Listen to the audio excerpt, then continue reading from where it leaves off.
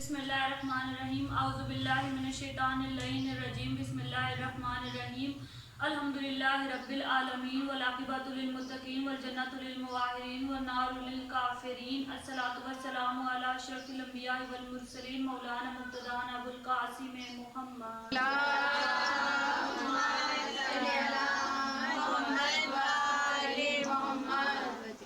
بسم اللہ الرحمن الرحیم ازران سید الشہداء خدیجہ زہرا. تمام تعریفیں اس خدائے بزرگ و برتر کے لیے ہیں کہ جس کے قبضے میں تمام کائنات ہے. وہ جس کو چاہتا ہے جس انداز میں عطا کرتا ہے. اس کی نوازشوں کا رحمتوں کا سلسلہ کبھی ختم نہیں ہوا. یہ اس کا احسان ہے کہ اس نے ہمیں عزادار سید الشہداء بنایا. بس جہاں تمام تعریفیں اس خدائے بزرگ و برتر کے لیے وہیں تمام درود و سلام ہو مصطفیٰ مجتبیٰ اور مرتضیٰ بندوں کے لیے کہ جنہوں نے بے زر کو دیکھا تو بوزر بنایا, بے داد کو دیکھا تو مقداد بنایا, مجبور کو دیکھا تو مختار بنایا. درود و سلام ان ہستیوں کے لیے وقف ہے کہ جنہوں نے کنکر کو نوازا تو در بنایا, آسی کو نوازا تو حر بنایا. درود و سلام بر محمد و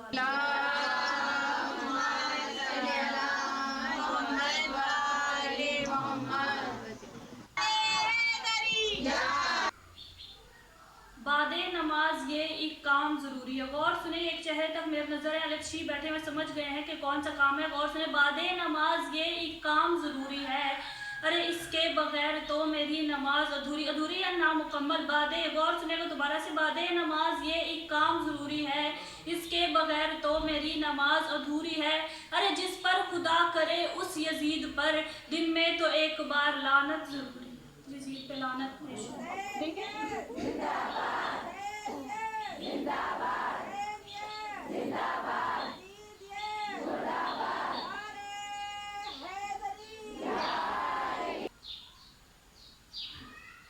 ایک رباعی صاحب کا میں سماعت چیک کروں گی, غور سنے گا.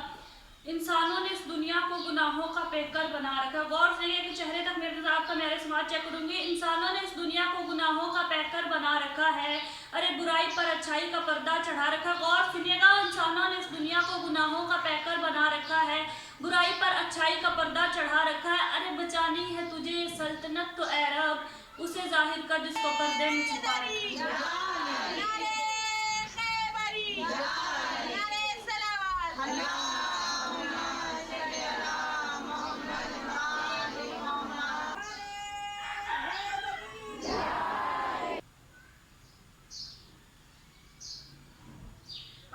ہر امام نے اپنے اپنے دور میں مختلف انداز سے آنے والے طولانی غیبت کے لیے لوگوں کے اذہان کو تیار کیا. ہر امام نے اپنے اپنے دور میں, ائمہ اکثر کہا کرتے تھے کہ ایک بہت بڑی طولانی غیبت آنے والی ہے. جو جلد بازی کریں گے وہ ہلاک ہو جائیں گے, اور جو وقت کو معین کریں گے یعنی یہ کہیں گے کہ امام کا ظہور آج نہیں کل ہوگا, اگلی صدی ہوگا, وہ سب جھوٹے ہیں. کوئی یہ نہ کہے کہ میں جانتا ہوں. ہر امام نے اپنے اپنے دور میں مختلف انداز سے لوگوں کے اذہان کو تیار کیا.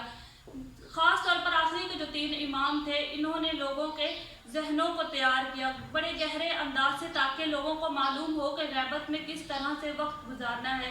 اس طرح 11ویں امام نے بھی کیا. امام نے بڑے گہرے انداز سے لوگوں کو تیار کیا. ہر جاننے والے کو, ہر ماننے والے کو, ہر مسلمان کو متوجہ کرتے تھے کہ دیکھو غیبت آنے والی ہے اور بہت سے لوگ ہلاک ہو جائیں گے. امام نے کیا کیا, امام کا جو انداز تھا وہ کیا تھا کہ امام نے ایک وکلا کا جال بچھایا اور پھر 12ویں امام کا تعارف کروانے لگے. امام کا ایک وکیل تھا, خم میں رہا کرتا تھا. خم شروع سے امام کے ماننے والوں کا شہر ہے. تو خم میں وہ وہاں سے گیا تو ایک شیعہ نے کہا کہ میں نے کہا کہ میں جانا چاہتا ہوں, میں بھی تو دیکھوں کہ 11ویں امام کے بعد وہ 12ویں امام کون سے ہوں گے کہ جو دنیا کو عدل و انصاف سے بھر دیں گے. کہا میں جا کر پوچھوں گا امام سے. اور جب وہ گیا سمرہ پہنچا تو 11ویں امام نے فوراً سے کہا کہ آج کا اپنا خمس مجھے مت دو, بلکہ وہ جو 4 برس کا بچہ بیٹھا ہوا ہے اس سے اپنا خمس دو اور اسی سے سارا حساب کتاب کرنا. امام کا وکیل, وہ شیعہ کہتا ہے کہ امام کے وکیل نے فوراً جا کے حساب کتاب دینا شروع کر دیا. مجھے تعجب ہونے لگا کہ کیسے امام نے ایک 4 برس کے بچے کے پاس بھیج دیا, بچے کو کیا معلوم ہوگا. تو کہا بنا دیکھے فوراً اس بچے نے کہا کہ اس تھیلے میں اتنے پیسے, اس تھیلے میں اتنے پیسے, یہ جس شیعہ نے بھیجا ہے اسے واپس کر دینا. کہنا تمہاری طرف سے ہم نے قبول کیا, لیکن تمہارے ہمسائے میں ایک غریب آدمی رہتا ہے, یہ پیسے اس کو دے دینا. سبحان اللہ, سبحان اللہ.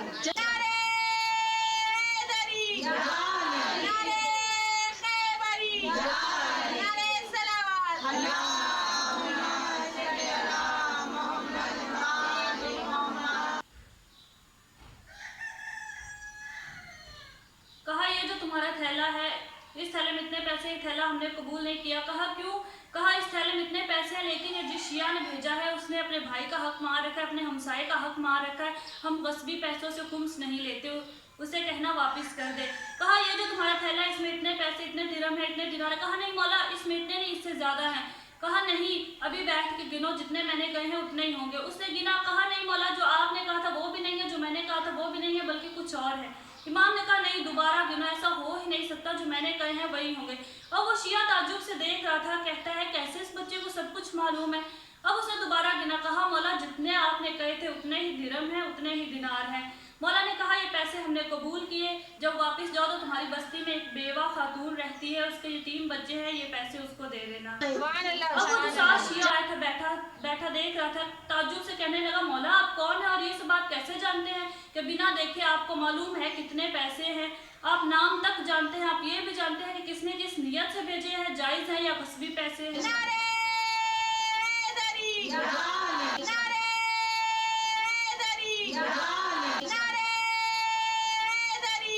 इमाम ने कहा क्या तू नहीं जानता कि मैं रसूल खुदा का वही फर्जंद हूँ कि जिसके लिए उन्होंने कहा था कि जमीन को अदलो इंसाफ से भरेगा।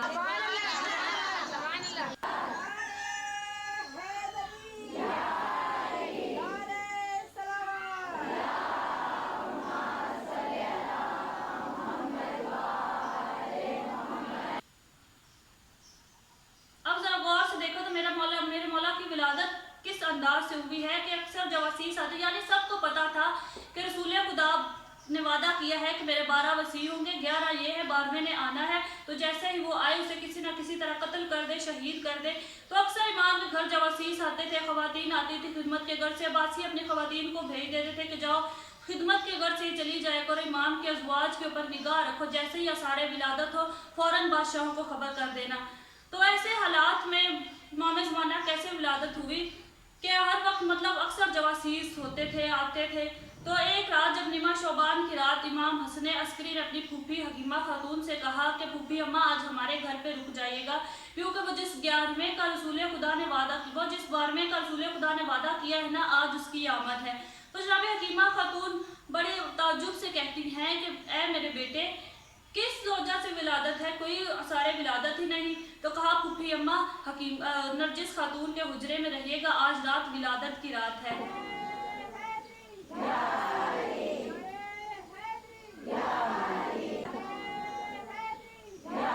तो जनाब हकीमा खातून कहती है कि जब आधी से ज्यादा रात गुजर गई तो मैं परेशान थी कि आज रात विलादत है भी कि नहीं, कोई आसारे विलादत नहीं। कहती हैं अभी मैं ये सोच रही थी कि बाहर से 11वें इमाम की आवाज़ आई कि फूफी अम्मा अल्लाह के वादे पर शक मत कीजिएगा, आज ही रात विलादत है। तो जब हकीमा खातून कहती हैं कि थोड़ी देर गुजरी थी, मैंने कहा तजदीद वुज़ू कर आऊँ। जैसे ही मैं वुज़ू करके वापस आई मैंने देखा कि पूरा हुजरा नूर से मुनव्वर है। मैंने कहा शायद आग ना लग गई हो, तो मैंने क्या देखा कि एक छोटा सा बच्चा है जिसका सर सजदे में है और बार बार कह रहा है कि हक आ गया, बातिल जा रहा है, बातिल आया ही जाने के लिए।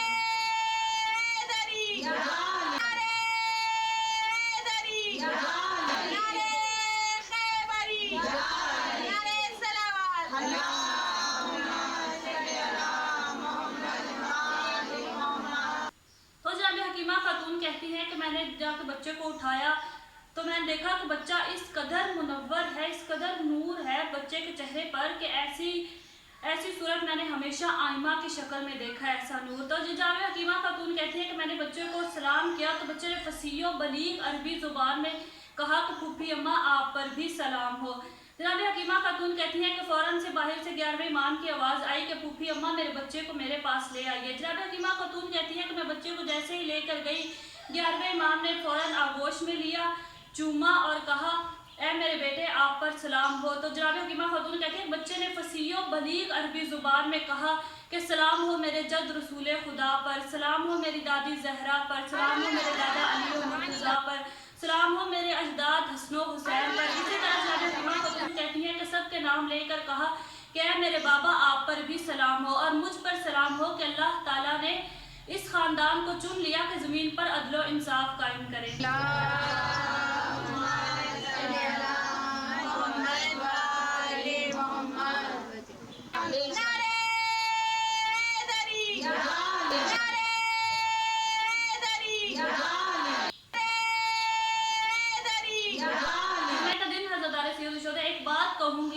کہ वक्त के इमाम को हर बंदे की ज़रूरत है। आप ये मत कहें कि मैं तो नॉर्मल था, इमाम को मेरी क्या ज़रूरत होगी। तो ईरान में एक मोची था, उसने इमाम ने उससे पूछा कि अगर मैं हर हफ्ते तुमसे मिलने ना आऊँ तो क्या होगा। तो उसने बड़ी परेशानी से कहा तो मौला मैं मर जाऊँगा। इमाम ने कहा मैं जानता हूँ, इसीलिए हर हफ्ते मिलने आता हूँ। तो ये सोचिए, एक मोची इस मुकाम पर पहुँच गया, तो हम और आप मायूस क्यों हैं। वक्त के इमाम को हर बंदे की ज़रूरत है, हर बंदा चाहिए वक्त के इमाम को। हज़रत मूसा ने अल्लाह ताला से कहा कि ए परवरदिगार, मैं तुझसे बात कलाम करता हूँ, गुफ्तगू करता हूँ। कलीमुल्लाह यानी अल्लाह से गुफ्तगू करने वाला, कलाम करने वाला। कहा मैं तुझसे गुफ्तगू करता हूँ, क्या कोई और भी होगा तो जो तुझसे इस तरह गुफ्तगू करेगा। तो परवरदिगार ने कहा हाँ मूसा, एक ऐसी उम्मत होगी कि जब तुम और मैं गुफ्तगू करते हैं तो तेरे और मेरे दरमियान 70 हिजाबात होते हैं, 70 हिजाब होते हैं। लेकिन एक ऐसी उम्मत आएगी कि अफ्तार के वक्त उसमें और मेरे दरमियान कोई हिजाब नहीं होगा, वो जो दुआ मांगेंगे कबूल होगी। तो ज़दारो कितनी बड़ी अपॉर्चुनिटी है, कितना बड़ा मौका है, यानी कितना बड़ा मौका। ये एक बात मैं आपको बता रही, कितना बड़ा मौका है हमारे पास वक्त के इमाम की दुआ, ज़हूर की दुआ मांगने के लिए। लेकिन हम उस वक्त क्या कर रहे होते हैं। अभी तो रमज़ान में 15-14 डेज़ हैं ऑलमोस्ट, लेकिन हम क्या कर रहे होते हैं कि जितना ज़्यादा मिल जाए, जितना जल्दी मिल जाए। देखिए, खाना फ़र्ज नहीं है, असली खाने मानवी खाने हैं। क्या मैं उस वक्त ज़हूर की दुआ मांग लूँ या नहीं, यानी कि हम मांग, या जब तक मेरी हर सारी ख्वाहिशात, मेरी सारी दुआओं, मेरी सारी प्रायोरिटीज़ पर वक्त का इमाम इम्पोर्टेंट होगा तब मैं कामयाब हूँ, वरना मैं कामयाब नहीं हूँ। आप क्या मांगेंगे, आप बड़ा घर मांग लेंगे, बड़ी नौकरी मांग लेंगे, गाड़ी मांग लेंगे। देखिए, मैं इंडिविजुअल, मेरी सारी परेशानियाँ फर्दी हैं, लेकिन ज़हूर का हो जाना आलम की परेशानी को ख़त्म करेगा। यहाँ पे खुदगर्जी नहीं होनी चाहिए। सल्लल्लाहु अलैहि वसल्लम।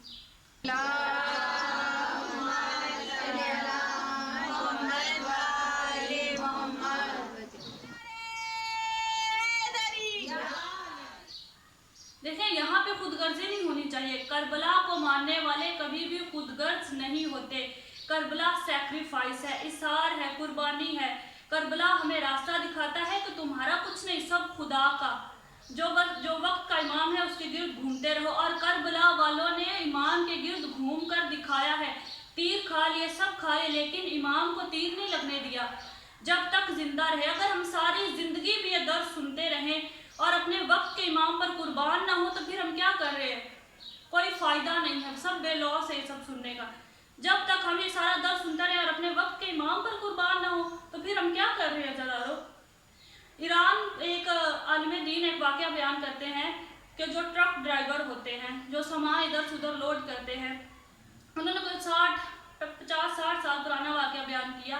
जो ट्रक ड्राइवर होते हैं, इधर मशहदो खुरासान का एक ट्रक ड्राइवर था। वो कहता है कि एक दिन मैं सामान लोड करके निकला, यानी बहुत सर्दी, उस वक्त बहुत ज़्यादा सर्दी थी, बर्फ़ पड़ नहीं रही थी, लेकिन इतनी सर्दी थी कि इंसान जम सकता था। कहता है मैं सामान लेकर निकला, मैं हाईवे पर पहुंचा, अचानक से मेरी गाड़ी बंद हो गई। सलवात पर मोहम्मद।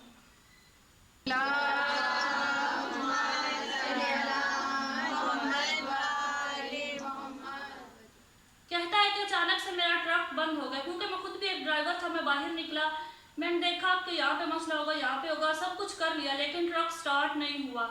और गुरूब के करीब था दिन, तो मुझे बड़ी परेशानी होने लगी। मैंने कहा अगर मैंने कुछ ना किया गुरूब से पहले तो यहाँ से मेरा जनाजा है। लेकिन मैं क्या करता, मैं ट्रक के अंदर जाकर बैठ गया। चलो कम अज़ कम अंदर तो थोड़ी कम सर्दी है, लेकिन मुझे समझ आ गया था कि अगर मैंने रात होने से पहले कुछ ना किया तो यहाँ से मेरा जनाजा है, मेरी मौत है। कहता है मेरी आंखों के सामने मेरे बच्चों के चेहरे आने लगे कि जिन्हें मैं खुदा हाफिज करके आया था, और अब ये था कि मैं अब इनको दोबारा नहीं देखूंगा। मुझे और भी अपनी ज़िंदगी की कई चीज़ें याद आने लगी। अक्सर हमारे साथ भी ऐसा होता है ना कि जब हम कहीं फंसते हैं किसी मुसीबत में, तो हमें हमारे अमाल याद आने लग जाते हैं कि यहाँ पे भी मेरी गलती थी, यहाँ पे भी मेरी गलती थी। तो वो कहता है कि मुझे मेरे अमाल याद आने लगे कि मैं नमाज में कोताही करता था, कभी छोड़ दी, कभी रह गई, कभी नहीं पढ़ी।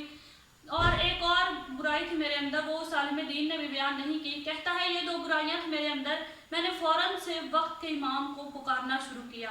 मैंने कहा या साहिब ज़मान मेरी मदद करे। میں آج کے بعد یہ گناہ اپنے چھوڑ دوں گا، میں وعدہ کرتا ہوں کہ آج کے بعد یہ گناہ نہیں کروں گا۔